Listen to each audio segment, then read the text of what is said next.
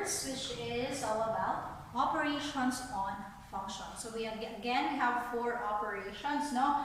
We have addition, subtraction, multiplication, and division. So a quick review lang because some parts of the module are finding the answers, no? Find blank the answer of this, and then kailangan sa nato siya i-review kadali. So if you can remember, the answer for addition is sum. Subtraction, the answer is difference. Multiplication is product. And for division, that is quotient. So we have this, what do you call this? Operations, and ingani on pag-process sa operations sa ato ang functions. So first, in addition, if we have this problem, so f plus g of x, pwede na ito siya i-transform into this form of f of x plus g of x. So this and this are the same. Kaya nakaka-direct equal. So that means the answer of this is equal to the answer of this form. Next is subtraction. So f minus g of x is equal to f of x minus g of x. Next is multiplication. So remember lang, ang multiplication diri is denoted as period na full, no, wala siya space. So kay ang sa next mong good ani kay naata ay circle nga walay space ito nga. I mean walay shade sa ito nga, no? Circle lang din siya na space ito nga. So kani siya, that is a shaded circle or point. So that is f times g of x is equal to fx times g of x. And the last one is division. That is f over g of x is equal to f of x over g of x. Now, without further ado, let's proceed na diretso sa ato ang examples. Okay, so naatay ding example, no? So ang atong functions are given as f of x is equal to x plus 5, g of x is equal to 2x minus 1, and h of x is 2x squared plus 9x minus 5. And then we have here the following problems nga ito ang isolve gamit ang operations of functions. So let us start with letter A. Ang ingon sa letter A, f plus g of x. No? So di ba? Remember ka ganina, f plus g of x is equal to fx plus g of x. So kanina si f of x, which is kani siya, atong i-add sa g of x, which is 2x plus 1. So that is what we are going to do exactly. So we have f of x, no, which is x plus 5. Atuwa na siya i-add sa tuwang g of x, which is 2x minus 1. So this is your f of x plus g of, that is g of x. So ato siya i-add diretso, no? So x plus 5 plus 2x minus 1. Atong i-combine ang like terms, pwede na ito siya i-rearrange una. So that is x plus 2x plus 5 minus 1 para mas maklaro nato ang mga like terms. Karon combine, this is positive x plus 2x, it becomes positive 3x, and then positive 5 minus 1, that is positive 4. So f plus g of x is equal to 3x plus 4. Let's proceed to example letter B. F minus g of x. So f minus g of x is equal to f of x minus g of x. So kung saan itong f of x, that is x minus 5. G of x is minus, that is 2x minus 1. Okay? Ato siya i-copy. We have x minus 5. Pero nakay negative sa gawas. So therefore, imo na siya i-distribute diha nga sa sulod. So mahimo na siya negative 2x. Negative times negative, it becomes positive 1. Alright? Next is Pwede siya i-rearrange. So it's x minus 2x tapos negative 5 plus 1. Then combine like terms becomes, this is negative x, di ba? Positive x minus 2x, that is negative x.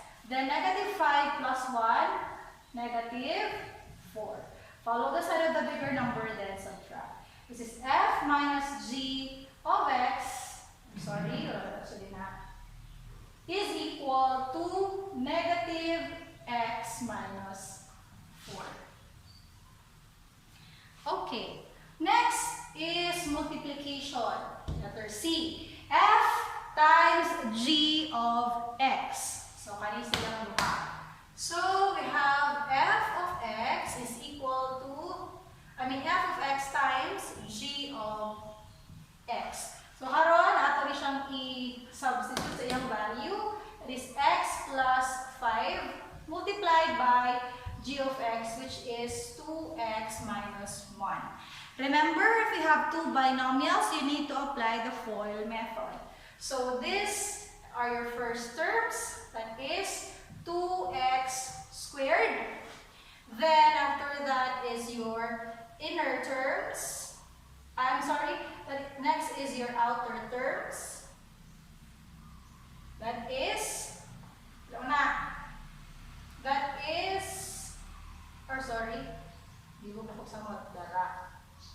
okay, inner terms, that is negative x. That is your out. Then your in, that is positive 10x. And your last terms is pila? Not positive. Negative 5. Alright? Combine like terms, kani silang duha. So it becomes 2x squared plus 9x minus 5. So f times g of x is equal to this. Okay? Last is we have h over g of x, or h divide g. So we have h of x divided by g of x. So kani o kani ato ang i-divide. So now we have 2x squared plus 9x minus 5 over 2x minus 1. Okay? So, kani siya sa ato ang kuan, atong buhaton ani is ato siya i-factor out ang nasa imuhang numerator. So, think of two numbers or two variables mo. Atong i-times, may mo siyang 2x squared. So, obviously, ang isa, 2x, ang isa, x. Diba? Kani siya, negative 1, tapos kani, plus 5. Karon, dili na siya para sa katong akong gitudlo ng kaganina, or yes, kaganina, nga factoring, no? Atong i-consider ang muhang 2x diri. Actually, kani siya, that is the answer to this, no? Itong i-foil man ni kaganina. So, ang imong factors is kani o kani. You need to consider the 2x. No, i-consider itong 2x. Kaya, kung ato siya i-multiply, di ba? This is 2x squared, tapos ang outer terms, that is 10x. Tapos ang inner terms, that is minus x, and then, ang last terms is negative 5. So, muna yung mga duha ka factors. Pagkahuman, copy lang itong denominator, 2x minus 1. Tapos, i-cancel out na to ang mga nag-opposite na pareha nga terms or binomials, no? So, pwede na ito i-cancel out si 2x minus 1. Diha. So, ang nabilin is si x plus 5. So, h over g of x is equal to x plus 5. So, anaon siya pag-answer, no? In case nga kaning imuhang x dili, kaning x is wala siya'y value. Now, what if given ang value sa imuhang x? Unsa atong buhaton? Mo to ang buhaton sa next nga examples. So, dito sa ato ang next set of examples. What if ang x nimo kay naa siya given value, which is, for example, 3. Kung sa atong buhaton. So, diri atong i-apply ang imuhang previous knowledge sa evaluating functions. Pagkahuman, i-apply na po nato ang operations and functions. So, combination niya siya sa duha ka lessons. Alright, so let us start with letter A. So, diri sa ibang letter A, ang atong buhaton is atoa sa siyang i-evaluate sa nato individually ang f of x o g of x, where x is equal to 3. So, we have f of 3 is equal to x plus 5. Tapos, g of 3 is equal to 2x minus 1. So, remember, sa atong evaluating functions, atong buhaton is atuang i-substitute ang numbers sa imuhang letters. So, this is 3. Atong pulihan ang imuhang x of 3. So, this becomes 3 plus 5. Then, f of 3, therefore, is equal to 8. Okay? How about the g of 3? So, that is 2 times 3 minus 1. 2 times 3, that is 6. Minus 1, that is 5. So, g of 3 is equal to 5. Now, let's do the operation. So, f of 3 plus g of 3, where f of 3 is equal to 8 plus 5. Therefore, this is equal to 30. f plus g of 3 is equal to 13. Let's proceed with the second one, which is subtraction. So we have individually nasad f of 3 equals x plus 5. Then g of 3 is equal to 2x minus 1. Same gihapon atong buhaton atong i-evaluate. No, atong first i-substitute, it becomes 3 plus 5 equals 8. So, f of 3 is equal to 8. Next, this is 2 times 3 minus 1. This is 6 minus 1. Then, therefore, g of 3 is equal to 5. Human atong buhaton ang imuhang operation. So, we have f of 3 minus g of 3. Pila ang f of 3 nato? 8. Pila ang g of 3 nato? 5. 8 minus 5, that is 3. Therefore, f minus g of 3 is equal to 3. Diba sa yun lang man siya? Ayun lang guys. Next is multiplication.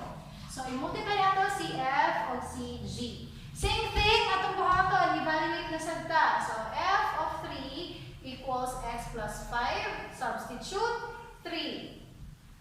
5 equals 8. Sunod, so g of 3. That is 2x minus 1 equals 2 times 3 minus 1. That is 6 minus 1, that is 5. So, this is your f of 3. That is your g of 3. Then, multiply. So, we have f of 3 times g of 3. So, f of 3 is 8 times g of 3 is 5. Therefore, f times g of 3 is equal to 8 times 5 is 40.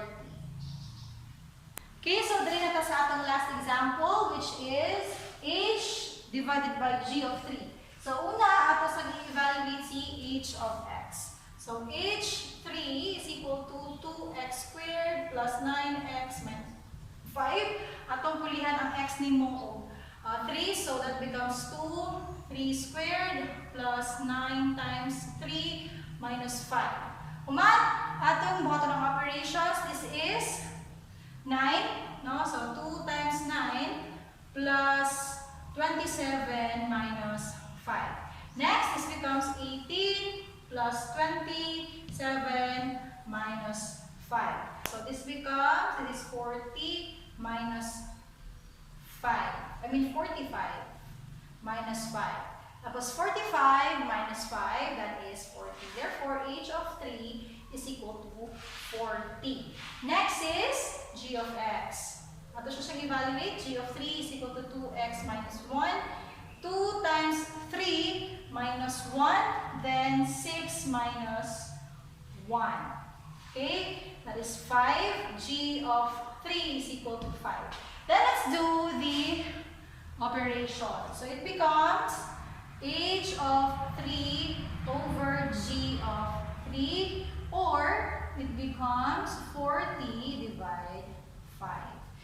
Final answer is h over g of 3 is equal to 8.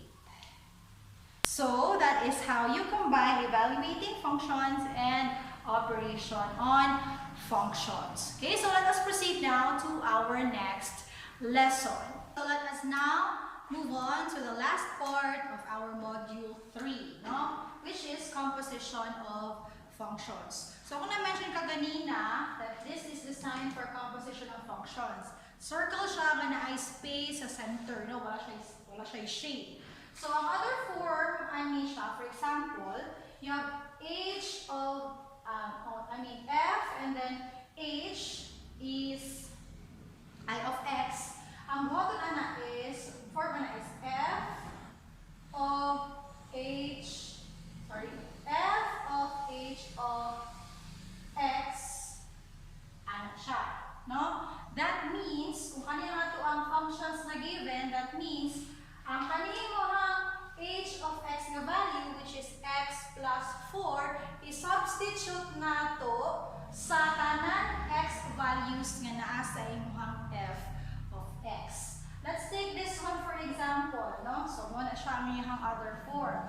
Ingon ako ganina, kanang value sa imong h of x, which is x plus 2, atong i-substitute sa tanan x value sa imuhang f of x. Therefore, f of x is equal to x squared plus 5x plus 6. Atong ipuli ang x plus 2 dira sa tanang x ni mga values. So now, this becomes x plus 2, diba? Tapos square, plus 5 times x plus 2 plus 6. Karon ihaban x plus 2 squared. Unsay buhaton ana or unsay pasabot ani? This means that x plus 2 times x plus 2. So unsay buhaton sa x plus 2 times x plus 2? You have two binomials multiplied. You are going to apply the FOIL method. So first terms, that is x squared. Outer terms, that is positive 2x. Inner terms, that is positive 2x. And last terms, that is positive 4. Then combine like terms. This becomes x squared plus 2x plus 2x, that is 4x plus 4. Then atong sumpayon ni siya nga part, no? Ato na siyang i-distribute. So this becomes plus 5x, 5 times x is 5x, plus 5 times 2, that is 10, then copy plus 6. I know, medyo taas-taas siya, but bear with me, kaya natin. So, after that, is atong i-combine, or actually i-rearrange para mas dali na ito masabtan, or dali na ito makita ang like terms. So, this becomes x squared plus 4x plus 5x plus 4 plus 10 plus 6. So, first is kani, duha ka like terms, so that becomes x squared plus 9x, then 4 plus 10, that is 14, 14 plus 6, that is 20. So that is x squared plus 9x plus 20. So muna siya, f, tapos, ana, then of x, is equal to x squared plus 9x plus 20. Now, dito sa ato ang letter B example. So, ang other form ani is f of h of 4 Ibig sabihin, kung unsang value aning h of 4, which is atong i-evaluate ni siya, tapos using 4, kung unsa man ang value na makuha ani, atong i-substitute sa imuhang f of x, which is kani. So, ang atong first step para ma-answer ni siya, ato sa ning i-evaluate, no? Gamit ang 4 na given. So, itong muna buhaton is h of 4. So, h of 4 is equal to x plus 2. Pulihan nato ang x with your 4 given value. So, 4 plus 2. 4 plus 2 is 6. So, h of 4 is equal to 6. Karon, ato ni siyang pulihan. Kaning 6, ipuli nato sa tanan x values nga nasa imuhang f of x. So, now we have f of x, f of h of 4 is equal to x squared plus 5x plus 6. Pulihan natin siya sa value sa h of 4, which is 6. So, this becomes 6 squared plus 5 times 6 plus 6. 6 squared is 6 times 6. 6 times 6 is 36. No? Plus 5 times 6, that is 30 plus 6. 30 plus 6, para dito masayon, 36 plus 36, that is 72. So, f of h of 4 is equal to 72. Pwede po, f of ana 4 is equal to 72. That is the same. No? Same lang na siya. Let's proceed with this. Letter C. H, and then constructed 4 of, f of x. No? So, dito sa C. So, ang ingon niya, ang form ana, other form ani, no, kay ana man, of 4. Mo ba? Ana. Okay? Ang kanya siya, H, F, X, ana. So, kanya siya, H of F of X. Ibig sabihin, kaning F of X ni mga value, which is kani, atong ipuli sa X value nga na sa imuhang H of X. So, now we have, diba, imuhang H kay X plus 2. Diba? Tapos, ipuli na ito siya. Diha sa imuhang X. So, now this becomes x squared plus 5x plus 6. Diha. Tapos, plus 2. Diba ka na siya muna na din ha. Sunod, ato i-combine, no? So, x squared plus 5x plus 6 plus 2. So, yun na kayo ni. X squared plus 5x, 6 plus 2, that is 8. So, that is now your final answer. Okay? Timan-an lang nato ang difference ani o ang multiplication. Ang multiplication is kanang marker. Ang multiplication is ani siya. No, this is multiplication. Ang kaning pagkampo sa composition of functions kay ani siya, circle lang siya. Alright, so that ends our week 2 and module 3 of our general mathematics, which is all about operations on functions. So I will see you next week, week 3 and module 4.